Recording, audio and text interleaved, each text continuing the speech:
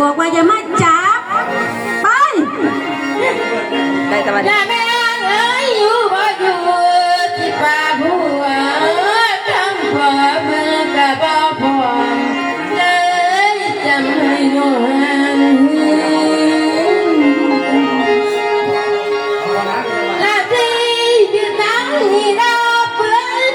แม่ให้ดาไปทั้งเสียไปหาขอท่านไปอย่ามาอยู่แถวนี้มันเปื้อนบ้านกูไปต้นไป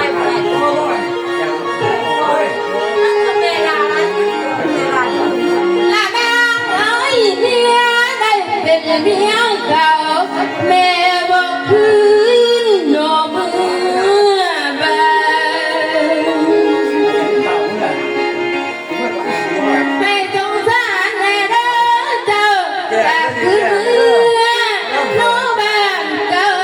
นอบ้านเก่าให้สู้เฝ้าเมื่อเด้อถ้าสู้เมื่อกูสิมีจากกูสู้ได้